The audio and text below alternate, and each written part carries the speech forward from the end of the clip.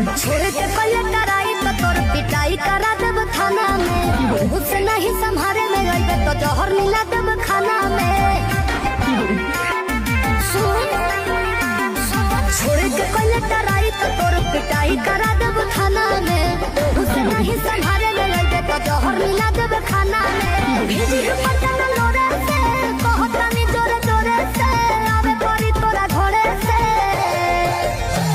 बर्बादी होई बाकी शादी होई मोर तोरे से। बर्बादी होई बाकी शादी होई मोर तोरे से। प्यारे से तोहे बतावत बाती लागन मारत जाती से।